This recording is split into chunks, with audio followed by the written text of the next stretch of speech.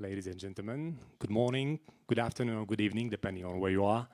Such a pleasure for us together here today for this topic that we'll be discussing in the next hour and some minutes with a delightful panel of formidable speakers whom I'm very delighted to invite to stage. Above all, first of all, Mrs. Beata Daszyńska-Muzyczka,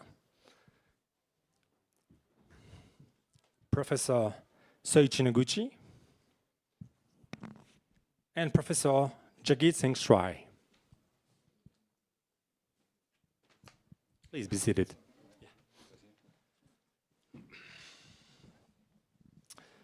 Thank you very much. And actually, I think we could spend a fair amount of time just introducing you. These are very lengthy and very impressing descriptions of your bias. So I will just do my very best to be as brief as possible.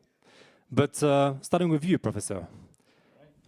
Executive Chief Fellow at the Institute of International Socio-Economic Studies, Project Professor at Tokyo and Nihon Universities. Did I get it right? That's right. And above all, perhaps, a very accomplished astronaut who was the first one to fly on SpaceX Dragon 2, right? And was officially certified by the Guinness World Records as the first astronaut in the world to accomplish 3 different methods on Earth entry: runway, ground, and ocean, right? And interesting enough, because these days you oftentimes ask the AI to verify things or just see if there's anything else to add.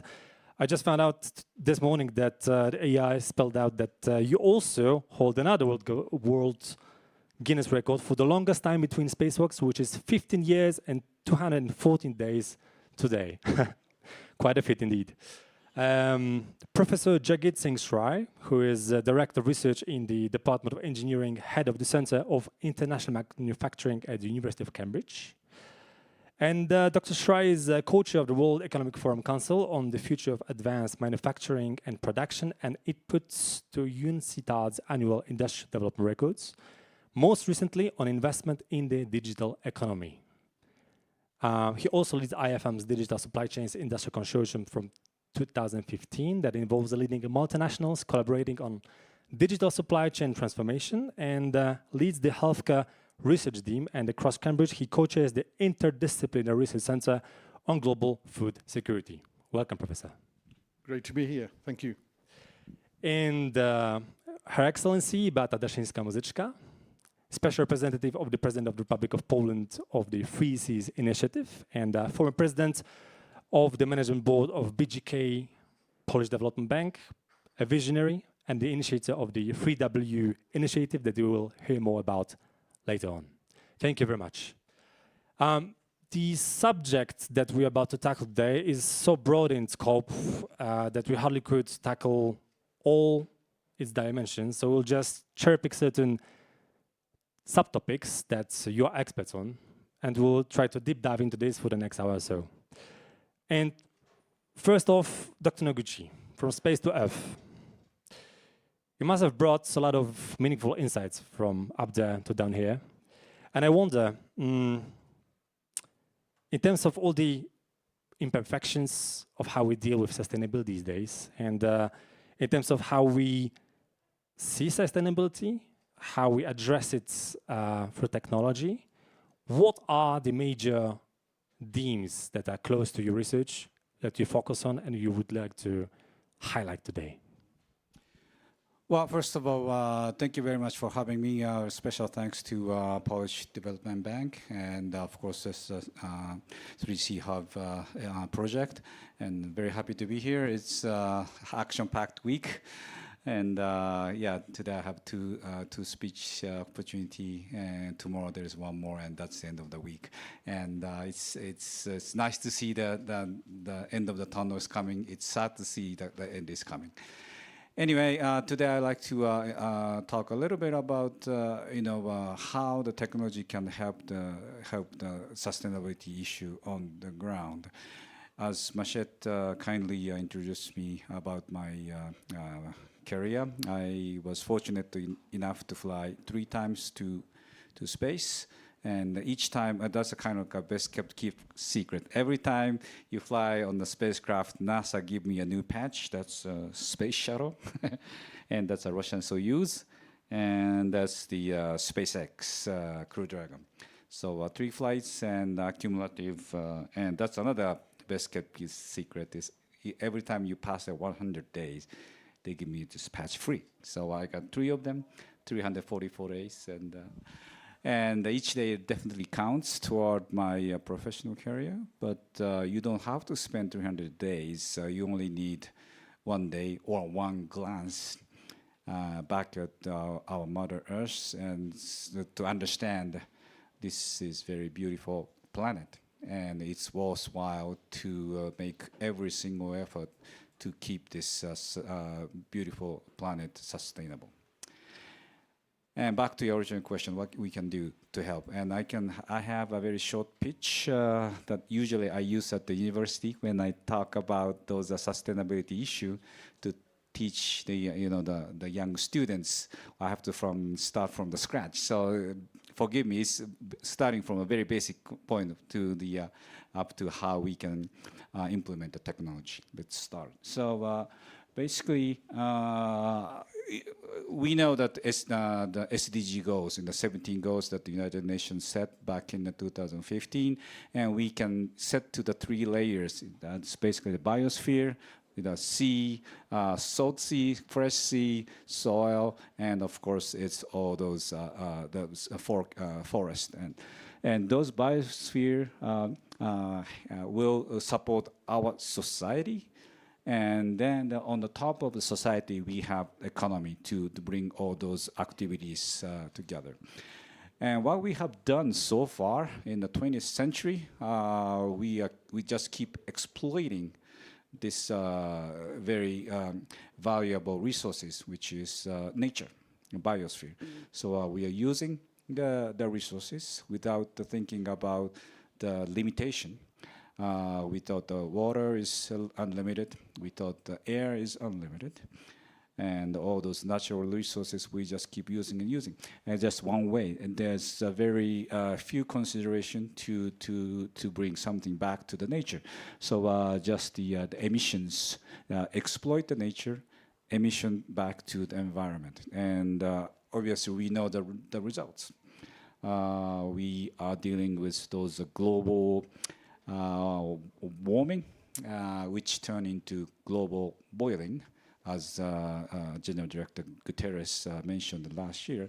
So the temperature is rising, the climate has a huge crisis, and we make every single effort to turn the table around. So what we should do, obviously, we have to come up with the solutions to make it the circular economy. So we first minimize the use of our natural resources, and somehow we have to come up with the idea to mechanisms to reproduce what nature can give us. That's part of a reproductive energy. It could be the renewable fuel, those kind of things. Anyway, so we have to make our economies more circular. How we do that? And of course, we live in Japan, this heavy tech-led country. So we want to use the IT technology, IoT technology, or ICT. That's common tech. So we can use those technology to help minimize the use of natural resources and somehow adapt to the new situation. And overall, it's not just the technology, but we also need great help from the financial side of the house. And again, how we can do that. The steps here is a couple of ways, but the most basic idea is that we need to visualize, then analyze, and the final step is realize. Visualize is, of course, the first step is very important because you cannot manage unless you see them. So the usage of the fossil fuel, or the rise of the temperature, or the diminishing amount of Arctic ice amounts, everything comes from the visualization. Some of them come from satellite, and that's where my expertise comes in, all those remote sensing satellite data. And then the part of them comes from the other remote sensing technology. Some of them I can explain later, but basically the visualize is the first step. Analyze is the next step, so that we can understand or digest what the data can tell you. And this is the area that the AI comes into play. Well, these days we mainly think about the generative AI, those ChatGPT, those kind of things. But the AI I mentioned is more like analyzing the data. Graphic analysis, conjunction analysis, those kind of things. And we can use AI to come up with a solution. Once we get the solution, idea for solution, then it's here's the precision, but basically it's realized that those data and AI can tell you to help prevent or at least help minimize the damage causing by our society. So these are the main steps. And if I have time, I can tell you about the little bit about the technology, but these are the main idea. We want to protect our beautiful planet, and the steps are visualize, analyze, realize with the help of ICT. Thank you. Thank you, Professor. I think it is a very convincing assessment of why it is necessary to think in terms of systems, how they function. And you need to zoom out, to zoom in, right? In order to, exactly, to find the effective solution. And I think you mentioned a bunch of different spheres in which this systemic thinking may be employed and deployed. But one of the very specific dimensions in which this could materialize is specifically manufacturing, right? Because geographically located, pinpointed even, but dispersed still. Professor, how to bring manufacturing closer to sustainability, or rather to render it sustainable? Well, first, thank you for inviting me, and delighted to be here with such distinguished fellow panelists. First of all, I think in terms of sustainability, manufacturing is argued to represent something like 25% of carbon emissions and greenhouse gases. So if we do want a net zero target in the years ahead, we certainly have to do something around manufacturing. At the same time, we see manufacturing predicted to grow over the next decade or so. Probably consumption and further manufacturing growth maybe in the region of another 20, 30, 35%.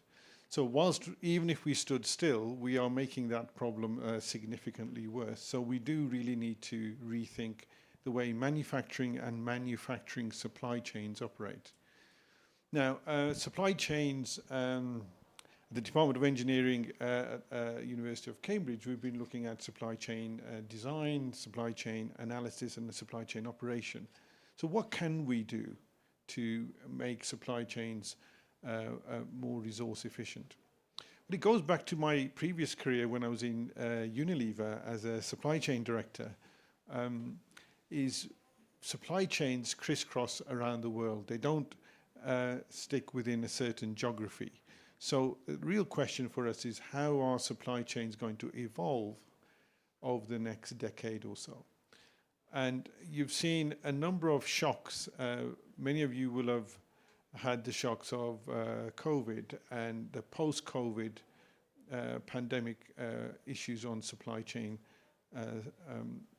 performance. But since then, we've also had other issues around conflict. So something perhaps closer to home, as you've seen the Russia-Ukraine issue and its huge impact on agriculture produce and supply and other key materials across the world. Um, you've now more recently seen some issues around the Red Sea. So supply chains are seemingly fragile on the surface, can really get impacted by short-term disruption. But as an optimist, what you'll see is we haven't run out of products. So we've rolled the pandemic. We've rolled these geopolitical tensions between US and China, for example, and China-Taiwan. We've also seen other tensions around the world. So supply chains are remarkably resilient. And I think that's a credit to a lot of the modern day technologies we have that give us transparency. I was talking to a multinational recently, and they were able to reroute their tankers that were going through the Red Sea within 2 hours of understanding there was a problem. So the way supply chains are pivoting to unpredicted events is, I think, quite remarkable. And digital technologies have supported that. Now, returning to the point on supply chains and how do we make them more sustainable? Well, first, if you look at the whole supply chain, one is the design of the products we have. Many of you have your modern day iPhones and smartphones with you, and we regularly are in this sort of use, dispose, renew culture. Is that something we want to sustain going forward? So the design of the product currently actually doesn't make it easy to recycle, to refurbish, to indeed upgrade. So product design is a fundamental part of having more sustainable products. The second area is what sort of raw materials are we going to use to supply our products, and are they renewable? And in manufacturing, the energy sources, are they fossil fuel sources, or are they going to be more renewable energy sources? So we're seeing a transition from more fossil fuel-based energy sources to more renewables. Production itself has really advanced. So the latest production technologies are very energy efficient, and if we are able to roll those out, we can have a significant reduction on energy. Distribution. Our current global supply chain model was pretty much Europe, the US, and China centric. So a lot of our products were crisscrossing around the world. Now, I can see that's very much more fragmenting now to much more regional supply chains. And that even if we do have supply chains in, for example, Southeast Asia, you'll have a fantastic manufacturing base in China, in Japan, but emerging ones in Vietnam, Singapore, and the whole Southeast Asia. You see in the Indian subcontinent also massive growth in manufacturing assets. So the new supply chain we're going to see is going to be a little bit more local than we had in the past. And the modern manufacturing technologies are allowing us the economies of scale that allows that to be economic. So we are going to be less shipping product around the world. If I talk to some of the major third-party logistics providers, the transport companies, as you would know them perhaps, they were very interested in the first mile of the journey and the middle mile. And now the middle mile is shrinking and the last mile is becoming much more of an interesting phenomenon as we start to get more customized and personalized products. So the supply chains are actually reconfiguring themselves very dynamically, very quickly. They quickly recognize geopolitical shifts. They then are able to reroute based on events such as recent conflicts or indeed pandemics. And then maybe I touch on the final sort of stage is a lot of what I've talked about is around a linear supply chain. And how do we move to more circular supply chains? And my colleague touched on that too. And we launched a white paper yesterday under the Circular Transformation Initiative, and I'm sure My colleague will link you to that document. And we talked about how do industries operate more circular supply chains. Now, at the moment, the current estimate that circular production is about 8%, 9% of the production we have. So it's pretty low. So how do we get more circular? And the white paper talks about a number of things that will help that really grow.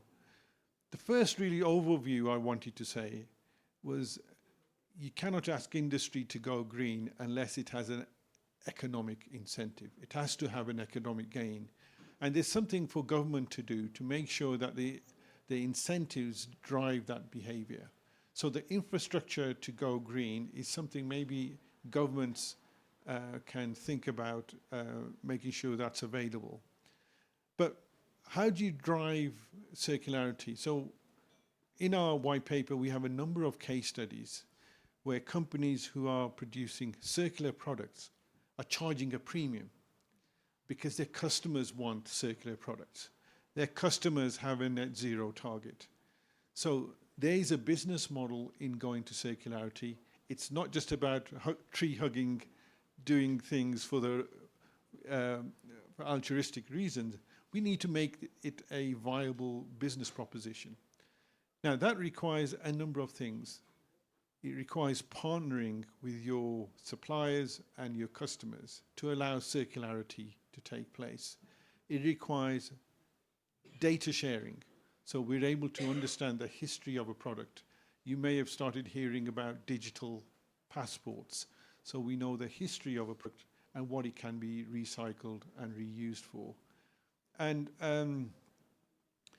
finally, there's something around government regulation and standards. So there's a number of factors that the white paper that we launched yesterday set out, and we're going to continue this journey to drive circularity and circular business models as an attractive business proposition for companies, for consumers, and for governments to provide the supporting infrastructure to allow that to happen.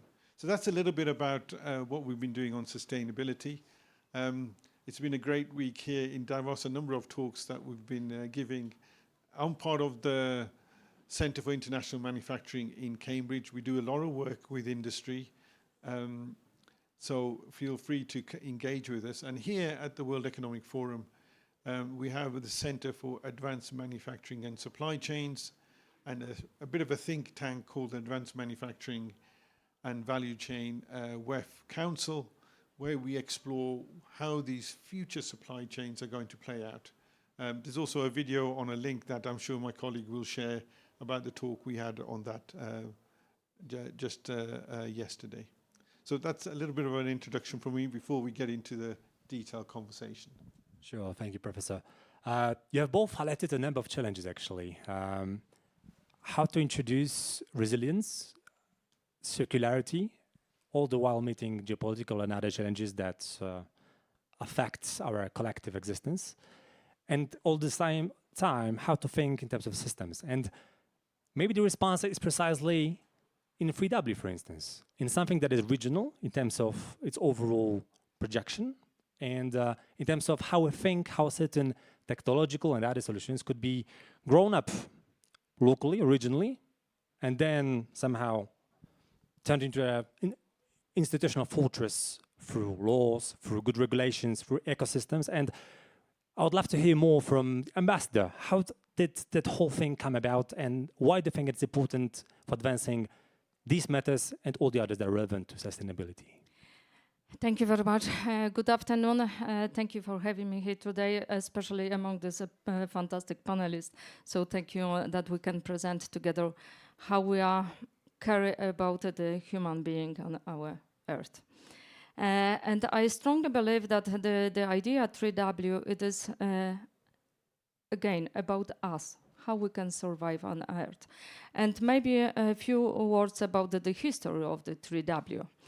It was before the COVID crisis, and I had a meeting with fantastic young people, students, which they just jump into the business life. And they asked me, What will be the huge, the biggest change in the business life and the human approach and the behaviors? Because the last 30 years, it was internet. It was the www. So I answer, it will be www.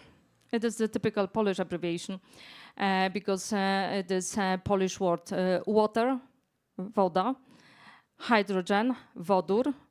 I use the Polish and English words, and węgiel, it's carbon. It is tricky because in Poland we have only one word for carbon and coal. And so you can imagine if anybody heard, you want to elaborate coal? Why you want to promote coal? We have to kill coal. No, no, you have to stop this idea. No, you have to listen to this idea and understand why these three very important sources are important for human beings. The water, the source of our life. Can you imagine that these three sources, water, hydrogen, and carbon, it is 97% of us, of human beings. It is our body. So the whole story about the 3W, it is how to protect ourselves. So water it is source of life. Can you imagine our life without water? How many water exists in space? Not much. Yes, we are still looking for water across the space, but this is very, very difficult. From other hand, if you, of course, only Mr. Noguchi has the opportunity among us, and not many, only few people across the world can look on our beautiful globe from the space. It's so beautiful, if you can confirm. Yeah, it is blue, really blue, because 70% of our globe is water.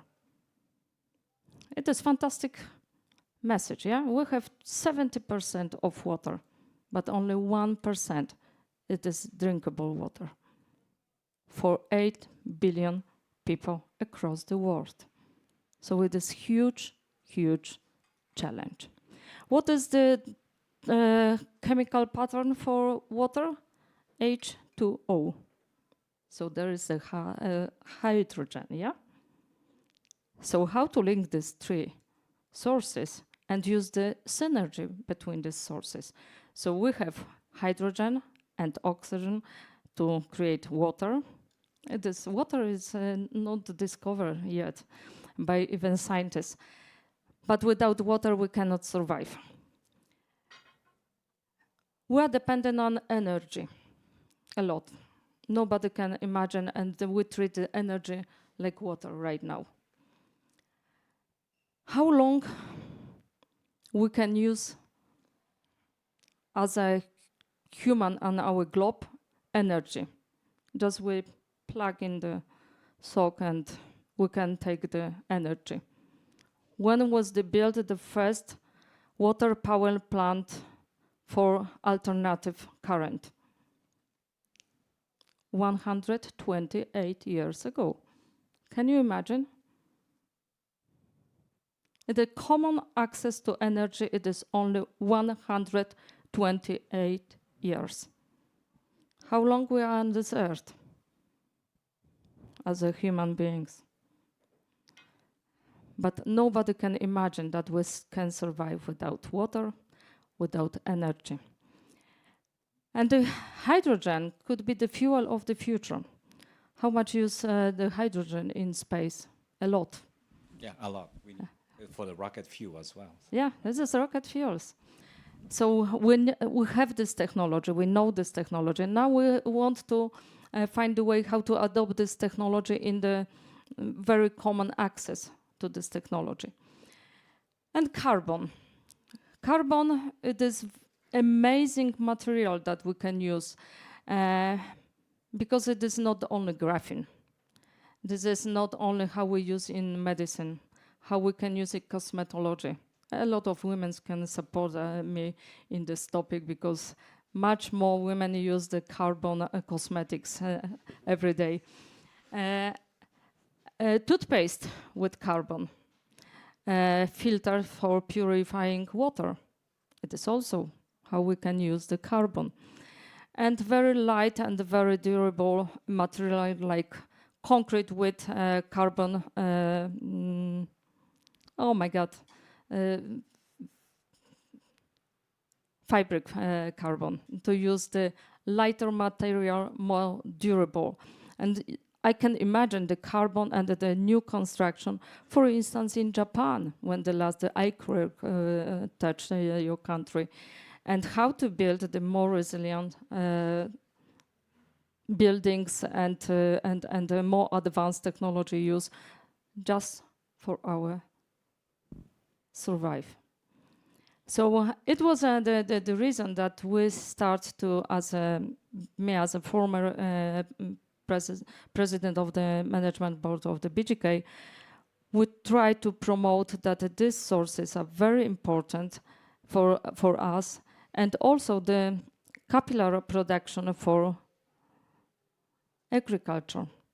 And if we are talking about the reduction of CO2, so maybe as a last conclusion, please remember that any plants, any grain needs CO2 to grow.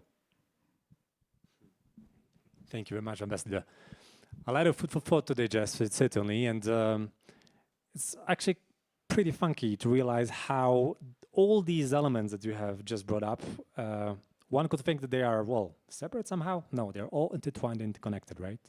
Not least because we live in an interconnected world, but also because all these resources, all these elements of the discussion, they go together in one way or another.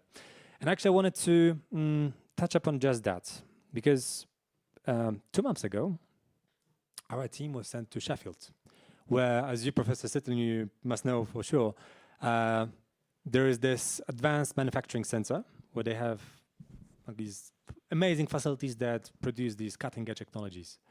And there was this one thing that particularly struck my imagination.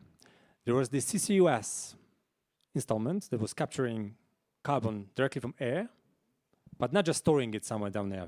It was transforming into liquid that was then piped not too far to another facility, where it's used in the search for the next generation of low-carbon fuels for jets and other purposes.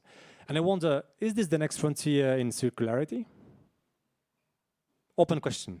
Do you think that we could perhaps, in terms of our regional, local, and then at the end of the day, global efforts to advance sustainability, use the resources we use now circularly in new ways?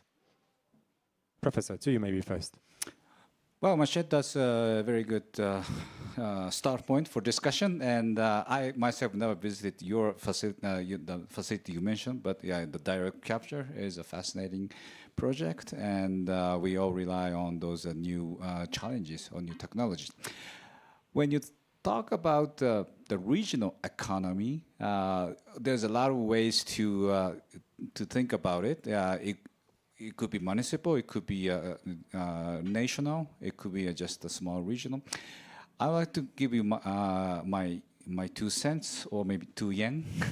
One example of a small regional recyclable energy society is the International Space Station. There's only 7 habitants, 7 people live 24/7. They only do research. What a boring job. Well, anyway, so space station, and what we try to do is make it like a test bed for the future technology. For instance, first of all, energy, as Ambassador mentioned, energy. Yeah, I didn't know that 128 years of electricity, but anyway, right now, the International Space Station, we only use solar energy, 100%. There's no carbon generator. So, well, it's closer to sun, first of all. And every day is sunny in space, so much easier to rely on the solar energy. Carbon dioxide capture. We have our own carbon dioxide scrubbing system using a special catalyst so that we can maintain the pure quality of our breathing air. So the CO2 we scrub from the air, and then we just take it off. Water. Water is very important, as Ambassador also mentioned. If you carry the fresh water from ground, it's just too costly. So we recycle water. Again, that's almost 100%. Meaning, all the water you consume, we recollect through. It could be your toilet. It could be your sweating. It could be your something you wiped off during the daily cleaning and eventually just evaporate, get to the air conditioner and condense. So whatever we use, we recycle and reuse it the next day. So the water is recycled because we know it's so precious, and the air is maintained with those CO2 scrubbing system, and the power comes from the sun. So we are doing pretty good in terms of sustainability, and we hope that those kind of technology, and we also use the kind of like for the carbon capture with the Sabatier system. Basically, you're turning the carbon dioxide into the methane, and then we use the methane as a the source for the fuel. And so we want to recycle every single bit of our. We used to be the waste. Now we turn into the new resource. So hopefully we can expand those effort into our daily lives. Made me think of that Kevin Costner movie from back then when he was stuck in the ocean and he had to recycle the water he was producing himself with his own body every day, over and over again. Professor, what's your take on this? Because circularity is at the very heart of what you do.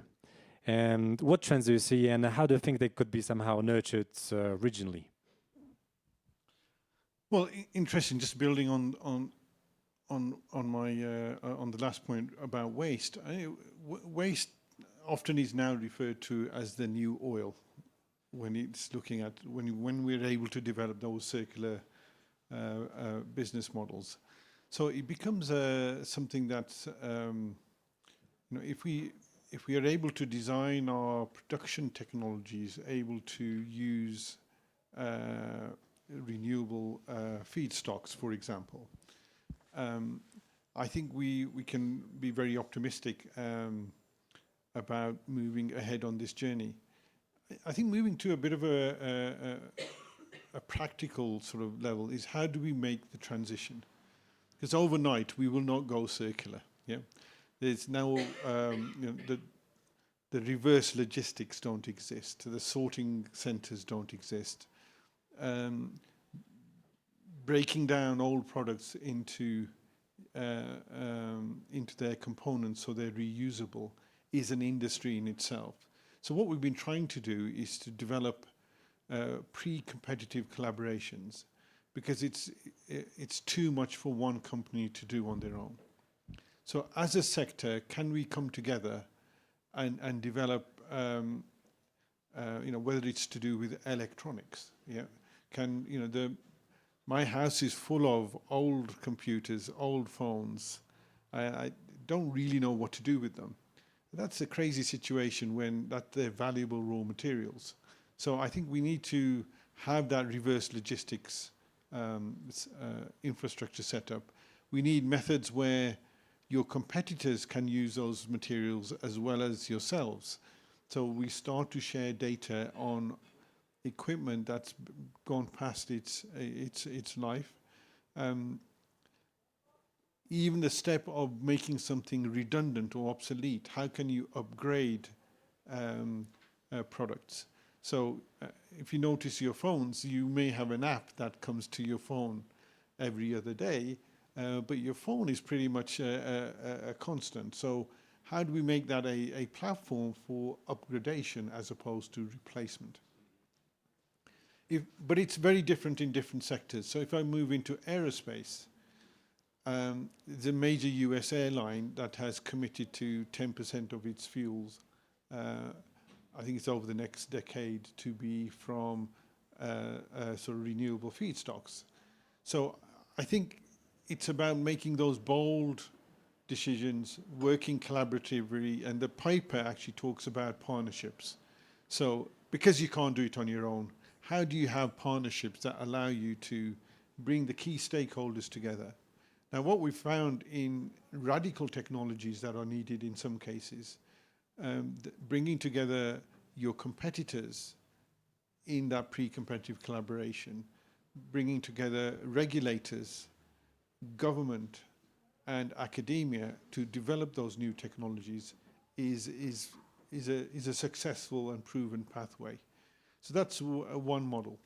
If I then just switch into agriculture, which again is a massive sector. In manufacturing, actually, some would mark that as the largest sector. Is can we use precision irrigation such that rather than flooding our fields, we're using water where it's needed? Do we use plant science technologies such that our crops are resilient and less water guzzling? Are we producing the right crops in the right regions?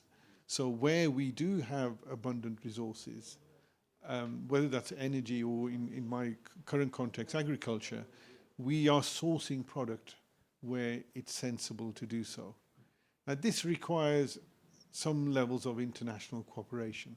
And that's why this week is an example where we can start to explore these areas and start to work in collective partnerships at an international level, but also partnerships within your individual supply chains.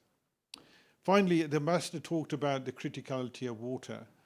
And what I'm seeing is climate change is going to make some create serious issues where certain crops were very vibrant in previous eras will no longer be viable. That will result in unsustainable situations in many parts of the world, probably leading to another set of migration patterns, which have all the tensions that we all have seen in recent years. So I think one of the things we need to think about is looking after the climate will actually be critical to actually having a successful economy and having a successful and progressive society. So they are very much intertwined aspects. In fact, some studies have said, we often hear a lot of the wars, particularly in the Middle East, are about oil. Are the next set of wars going to be around water? Because it's a very precious resource. And unlike, in many areas, in our homes, if we're tight for space, we build extensions or we get a bigger home. As this gentleman to my right will know, we have a planet. There is no, we have cultivated the areas that are cultivatable pretty much. So there is no more land to go. There is no more water sources to go and grab, perhaps. So we have to be much more efficient with the resources that we actually have at our disposal. Indeed. Ambassador, water, hydrogen, carbon, circularity, resource management. What are your thoughts? Yes, this is the story about the circular economy. Everything what we are talking right now is the circular economy. We have very limited access for the materials, and everything what we have it is here on this globe. We don't explore yet space, but we have limited access for many materials, including the raw materials. If you see on the globe, there is only some places that we have raw materials. And I fully agree with you with water. Maybe not the oil as we, the beautiful movie, the Mad Max, the war about oil. But the really threat it is the war about water. And if we have and we develop the space technology, maybe we have to learn and teach each other how to use the circular economy, which is on the space. area. Yeah, how to use the water, as you, Mr. Noguchi, mentioned about the how to use water. It is too costly to take as much water as can in space. So the circular economy, it is crucial for our living here on Earth. And the other hand, it is very fast growing sector as we talk about the 3W. Only the nanotechnology, it is right now worth in globally $3.6 billion.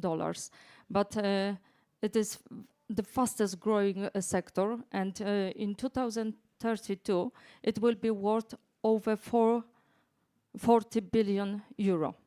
So it is, from one hand, it is worth to invest, yeah, because it is very prosperous and very prospective sector. But let me underline and emphasize that it is the common effort that we have to do on our Earth, and the collaboration is crucial. Collaboration, it is crucial. As you mentioned, it is not only responsibility one country, it is responsibility globally that we have to take into account if we want to live on our globe. Because it is huge threat if we didn't take the action right now. And what we as a BGK, and what we have to, and use this as a role model in other countries, we set up the Interdisciplinary Center of Innovation, which consists of the 35 universities in Poland, over 300 companies from these three sectors, water, hydrogen, and new carbon technologies, to cooperate and to bring closer together universities, fantastic scientists, business, startups, inventors, and of course, the public sector. Because the technology is developing so fast, and the public sectors, and especially the governments, has to answer with the proper regulation for these technologies. And last but not least, how to finance this development. So the financial institution has to be in place together with us. And this is the reason that we set up this ICI hub, just to organize the workshop seminars, to develop and to educate all these interlocutors. So the scientists, business, public sectors, and finance. It is very difficult to find right now the so brave bank or investor to invest the newest and the high technologies, because it is too big risk. Why is this too big risk? Because we don't have enough people with profound technical knowledge to assess this risk. So we have at the same time to educate also the financial institution and bring closer the engineers to the financial experts to analyze together how to finance this. One of this is how to use the rights and to assess these rights for this technology as a value. At that moment, we don't have this methodology. We start with this technology, with this methodology, but only through the common effort that we have to be together and we have to develop together. Scientists, business, public sector, and financial institution, and only through this way, collaboration, collaboration, collaboration, and once more, collaboration, we can achieve the success. I mean, that point on collaboration is fantastically made there by the ambassador. I mean, one other stakeholder I'd add to this is the public, the consumer. And I think we need to change our mindsets. If somebody said to me, somebody can live how many days it was in space without water, you know, I was tempted to sort of squeeze his arm to see, is he real? And it reminds me of when I was working in in Cairo in Egypt, and I'm a vegetarian. And this lady came to me in the street and said to me, you know, I understand you're a vegetarian, you know, from my religion, and I said, yes, I am. And she squeezed my arm, and you know, there's a vegetarian person able to walk and stand and so on. So there's a belief.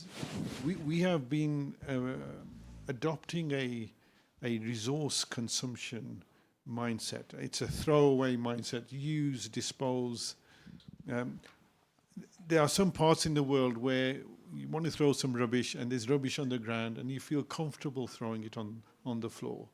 And there's other parts of the world you would not do it because there is no litter there. So what I would call is we need to change the mindset of the stakeholders that the ambassador fantastically laid out, but also of the public. Yeah. If the public must be buying those sustainable products, they must be making those choices that encourage business as well to sort of move into that direction. And I'm very optimistic. The generations that are following us are already tuned to this ESG challenge, as it's often put. And I think that leads me to think of we will manage to square the circle here of continuing to grow, because we do need economic development, and some parts of the world will need that more than others. But we can do that in a sustainable fashion. If I may. Sure.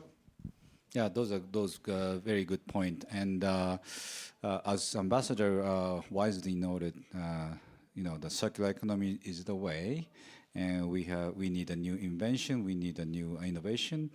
And you're perfectly right. We need a way to finance those efforts. And since you touched on the natural disaster, like earthquake in Japan, and we on the New Year's Day we had a massive earthquake in the northern Japan, and I feel very sorry for all the victims. But all those after the earthquake, and again you're right. All those the debris and the fallen structures, cements, that creates a huge amount of CO2. And one of the efforts for now happening in Japan is, since we have too many earthquakes, we have to find a way to help minimize those losses due to the natural disaster. Not just the point of a financial impact, but from the point of CO2, production. So it's interesting that one of the Japanese tech company, NEC, along with the University of Keio, come up with the new financial scheme, adaptation scheme, that they can basically augment, let's say, if they augment the building right now, they can sustain this much of earthquake for the next 30 years, which means we can reduce this much amount of CO2 compared to if you don't do anything and it falls down. So those are kind of like, it's kind of like hypothetical, but it's kind of a way to persuade those, the owner of the building that, hey, this the current investment to the new technology will help minimize. One is a financial loss, and two is the production of the CO2 due to the debris. And we try to make it like a new bond, at least, and that point we have to try to invite all those, the banking and the government into the scheme. Anyway, those adaptations finance is the kind of a new wave. So I definitely agree with your statement. Thank you so much. Thank you. Because maybe, especially from the investor side and the banking sector, we should find a different approach, not to how to maximize the profit, but what is the goal of the to finance some sectors, and what will be the responsibility to finance. Maybe it is better, especially in terms of common effort, to earn less, but to address the huge threats that we have. But, this is the huge challenge for the financial and investor sector. Just one point on finance, which I think is a great point. Innovation needs finance and transformation needs finance. I think there's one of the things I would call for is creating these innovation clusters, and you talked about a sort of knowledge community that you were creating as well.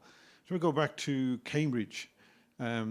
It's got one of the most strongest innovation spin-out cultures. You talked about an invention of electricity and computing and other things that have come out of those that university in particular. So we do need investments in new technologies. So the radical investments will need a government role. The first adopters will need some incentivization.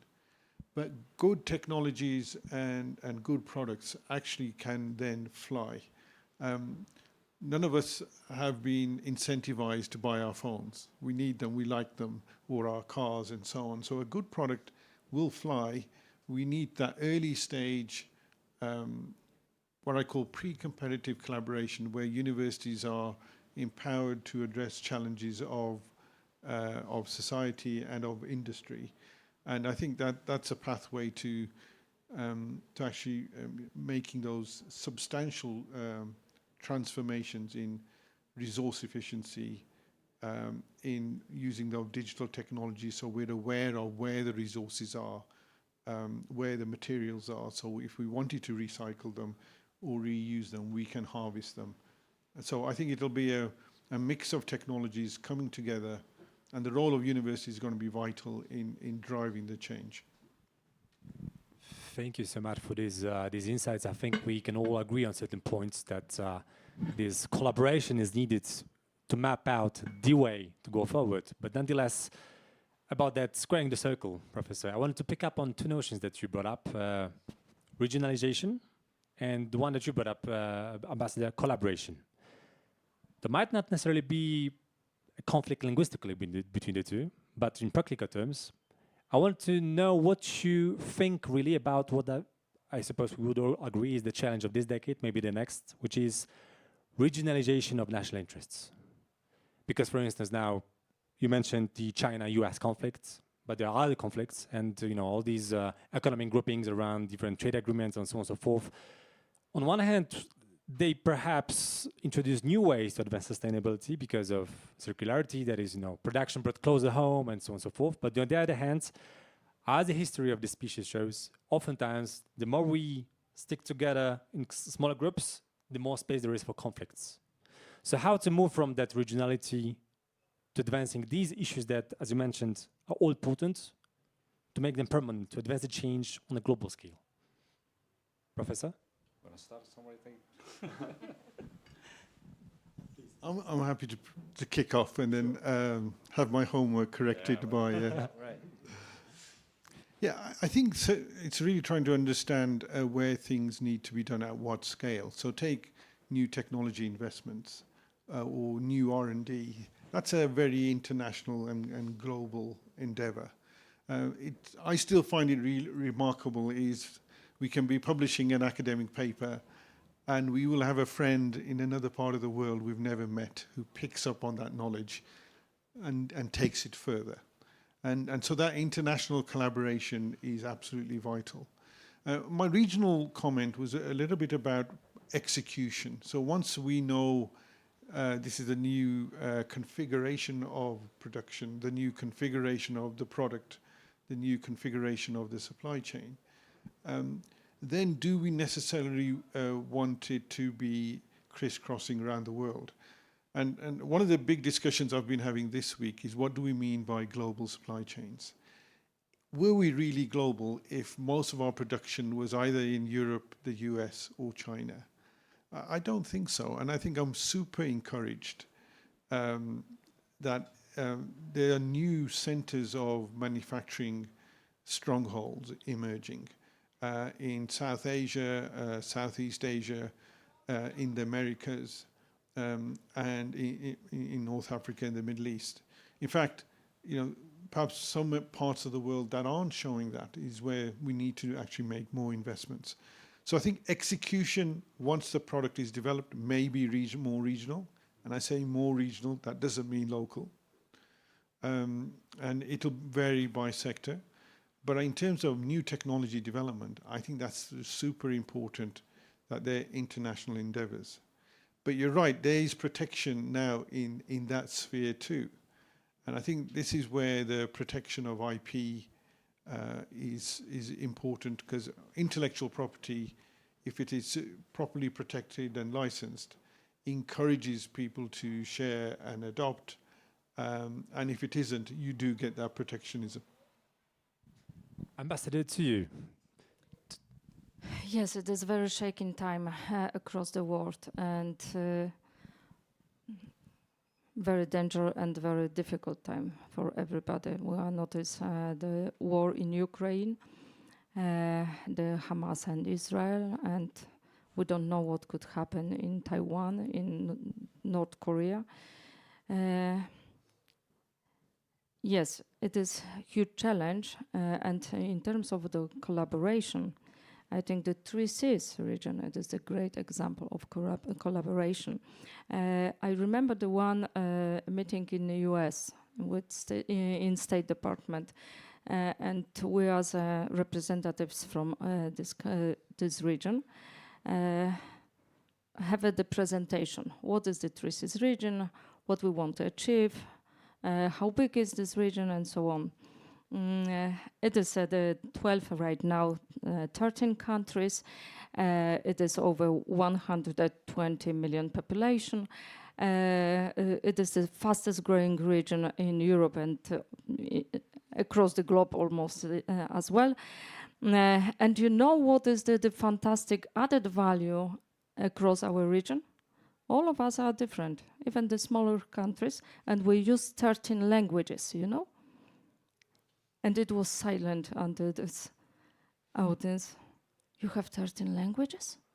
In this very small region? It is real? How you communicate? Okay, of course, we are using the English language, it is international.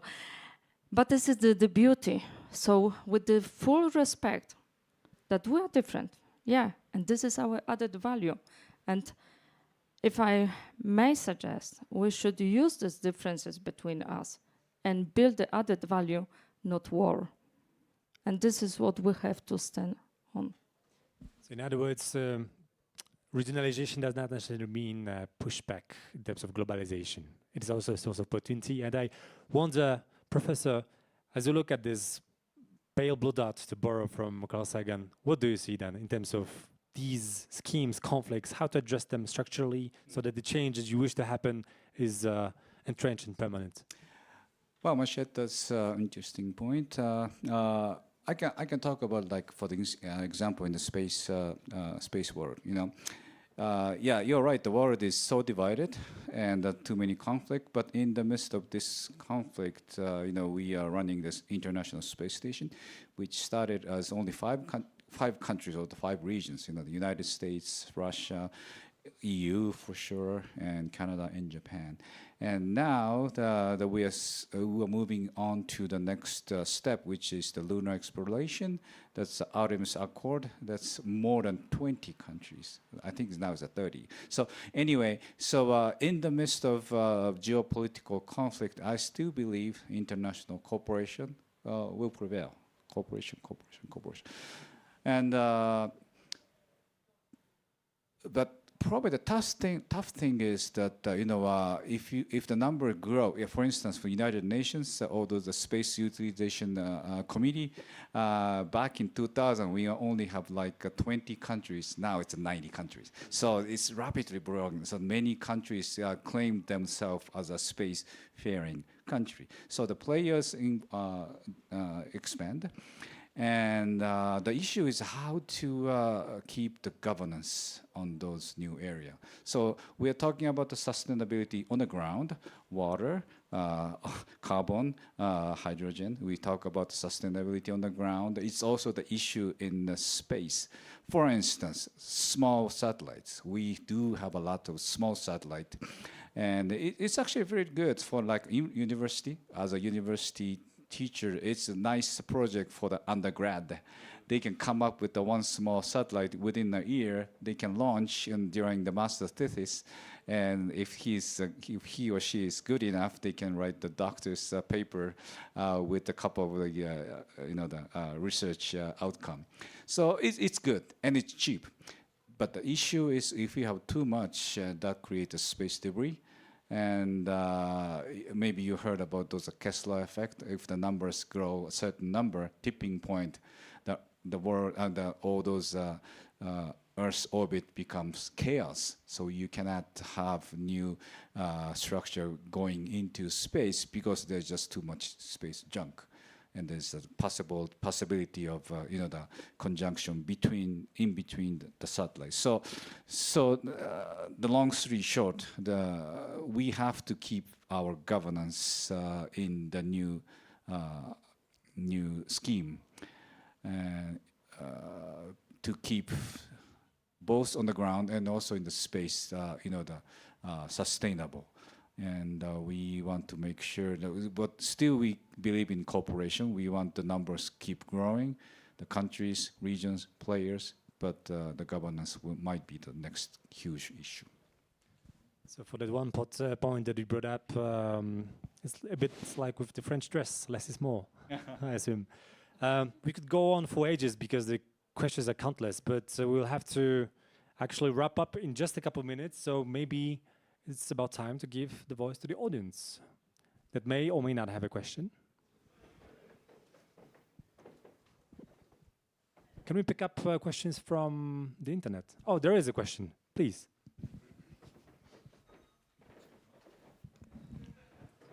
Hi. Great points on the global to local thinking, right? And the impact as it has then on hearts and minds, let's say, right? What do you think about providing equal opportunity across these regions to access the most advanced technologies like artificial intelligence, Earth observation data, right? The ability for these communities to access space exploration laboratories, right? Which are going down in the next few years and none-new are coming up, fully privatized sector. So in light of that, how would you address this global equal opportunity perspective? Because I see that as a way to avoid future conflict. Volunteers? Just give my version. Yeah, thank you very much for questions. To maintain the equality, we a major factor for space. As I mentioned, USB is dominated by the small, less than a handful number of countries monopolizing the space. Space established countries used to be, again, United States, Russia, Europe, and now China. But again, those numbers have increased because the price, because of the new commercial companies come into play, SpaceX with the Blue Origin, Voyager Space, you name it, those companies help reducing the cost drastically, which means even the small players or the small countries can get into the game. The goal is not to monopolize the market, but the goal is to participate and that they can have their own cutting edge in their own technology. So I firmly believe that the equality will prevail, will exist, thanks to those at least for the current the price dropping trend in the space technology. Thank you so much. If I may, I think there's the challenge is more on adoption of technologies rather than being given access. I recall when I first was engaged with the World Economic Forum, maybe six years ago, and we were looking at digital technologies, 3D printing, sensors, design in 3D space, modeling tools, etc., etc. And we anticipated then it would take us 10 years to start to really see widespread adoption. And there's quite a little disappointment in the room because the hype was there. Digital transformation is going to change all our lives. And 8 years or so longer, we just announced, I think, 153 manufacturing lighthouses, which is a fraction of the factories out there. And remember, these are multinationals, so they're dotted all over the world. So even when you have the knowledge within an organization, actually rolling it out across your network is actually quite challenging. So I think there's something around, why isn't that happening faster? So I think it's the skills, actually having a trained workforce, having education, having reskilling of the workforce. I mean, I think we all have learnt our basics. We're comparing notes on our first degrees, which were both around sort of fluid dynamics. But what we do today is very different than what we would have studied in our first degree. So I think the key thing is to continue that learning journey and making sure the skills are there so that adoption is there. Yes, there will be other issues around finance and so on, but I think it's not. I mean, one of the sustainability sort of general consensus views is that we have the technologies to solve our problems now. We actually aren't adopting them in anger. So I think that's where I would switch it to adoption rather than access. But going back to the mission of the universities, I mean, one of the great models of having spent 20 years or so in industry, and now the similar time in academia, you'll be thinking, how can we look so young? But you wasn't, oh dear. Is what you will see is this idea of publishing and making it available to all is a very a fundamental model. So I think the technologies are out there. How do we drive adoption? I think that's probably where I would push the conversation. Maybe from the different point of view. Demography and young generation. Because demography in the very developed country are decrease. Less and less engineers. We have the highest number of engineers comparing to the western part of country in our region, in Trisis region. And the role of women in every single sector, including public. We needed a different point of view, not men and women and combined together. Why this? Again, the collaboration and cooperation that we are repeating many times. How we can increase the involvement in the smaller countries, and it depends really on women and new generation and demography. The demography will answer on that. Thank you. Do we have any more questions? One more, last one. Thank you. Thank you for the discussion. My question is around beliefs and mindset. What about just in time? Can we win the world of just in time? Delivery and production. I think that arrow was aimed at me. I think just in time is a somewhat misunderstood term. Current production systems were pretty much designed that you had enough buffer, inventory, whatever you wanted to call it, but not an excess amount. And I think the question is, are your systems flexible enough? And the reality is, wherever you do a forecast, the only debate is how inaccurate it is, because it's never accurate. So it is a forecast. So many supply chains have operated on the basis of the forecast being indicative, that the supply chain will need to flex, and you will need some buffer inventory to allow for that flex. Now, when I was looking at our supply chain analysis over COVID, volume didn't go from 100 to 110. It went from 100 to 250, or you went from 100 to nil.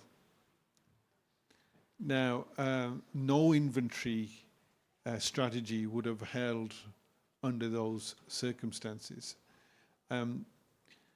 So I think the lesson supply chains have come away with is actually being able to be adaptive to change, to be able to flex to unpredicted demand is crucial.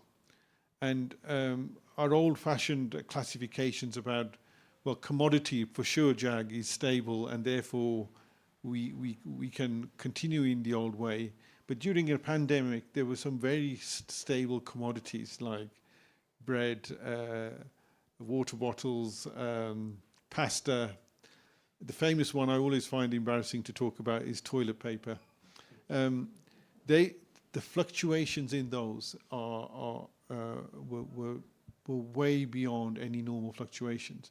So the key thing for me is future supply chain designers, of which I would count my part of the community, is about having supply chains that are adaptable to change, less driven or dependent by tight forecasts.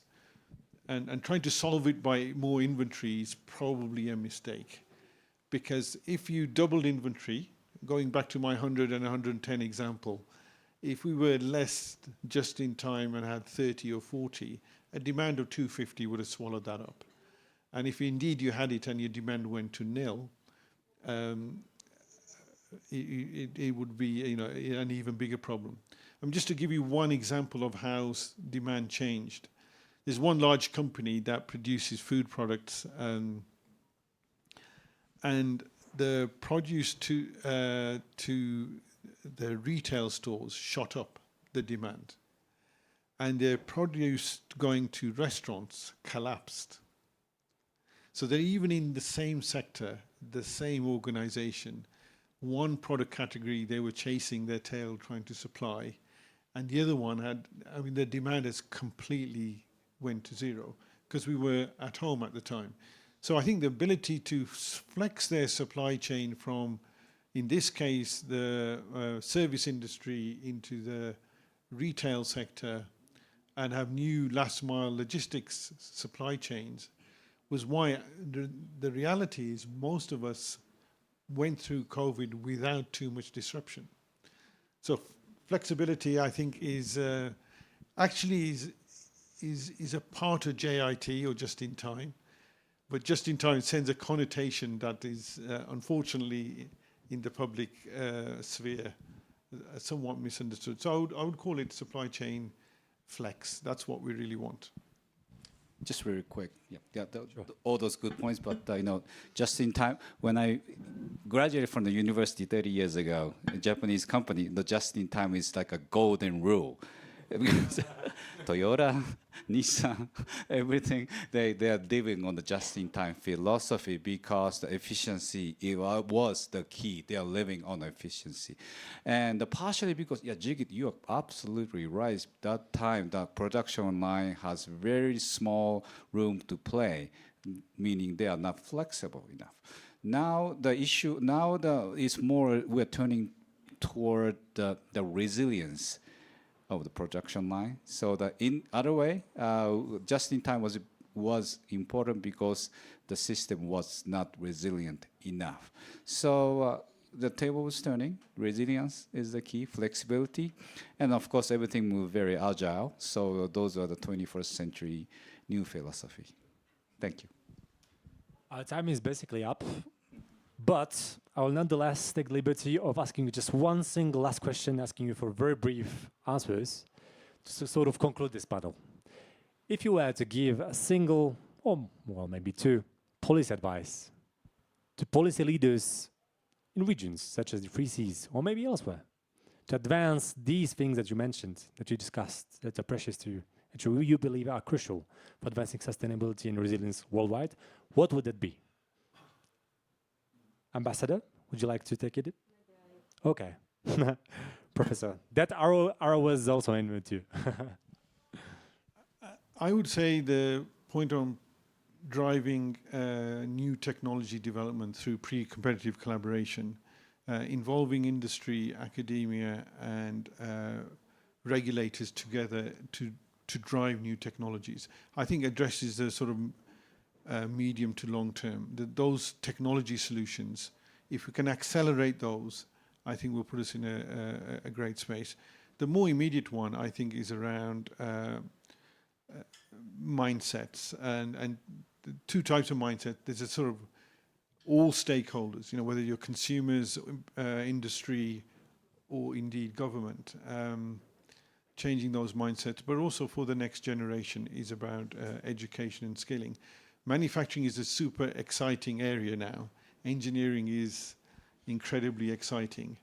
And I think what we do want to do is make sure that the next generation are attracted by the exciting new technologies that we've talked about and enter into this sector. I think that's going to be vital. Professor Noguchi? Yeah, very quick. Yeah, obviously this week, throughout the week, we have a lot of fruitful discussion. What I learned, one thing is that, we have to make sure we don't miss the small wake-up call to the risk threat of the society. It could be the global warming. It could be the humanity threat. It could be like those, the space debris issue. And those small, minute warning sign comes from maybe from the small region, but all the leaders around the world or the politicians, the VIPs, they have to look onto the smallest regional wake-up call and proactively react to it before it becomes a fatal warning. Ambassador? In this very turbulent time, our politicians has to have the long-term vision because it is a lot of threats across the world, and nobody knows right now who are talking through the screen. As you know, there is a lot of example. So we have to be very smart and have the long-term vision to support our society, to build the social capital, because behind of us, it is maybe another revolution. For instance, nuclear fusion as an energy. So be ready. Ambassador Daszyńska-Muzyczka, Professor Srai, Professor Noguchi, thank you so very much for this enriching discussion.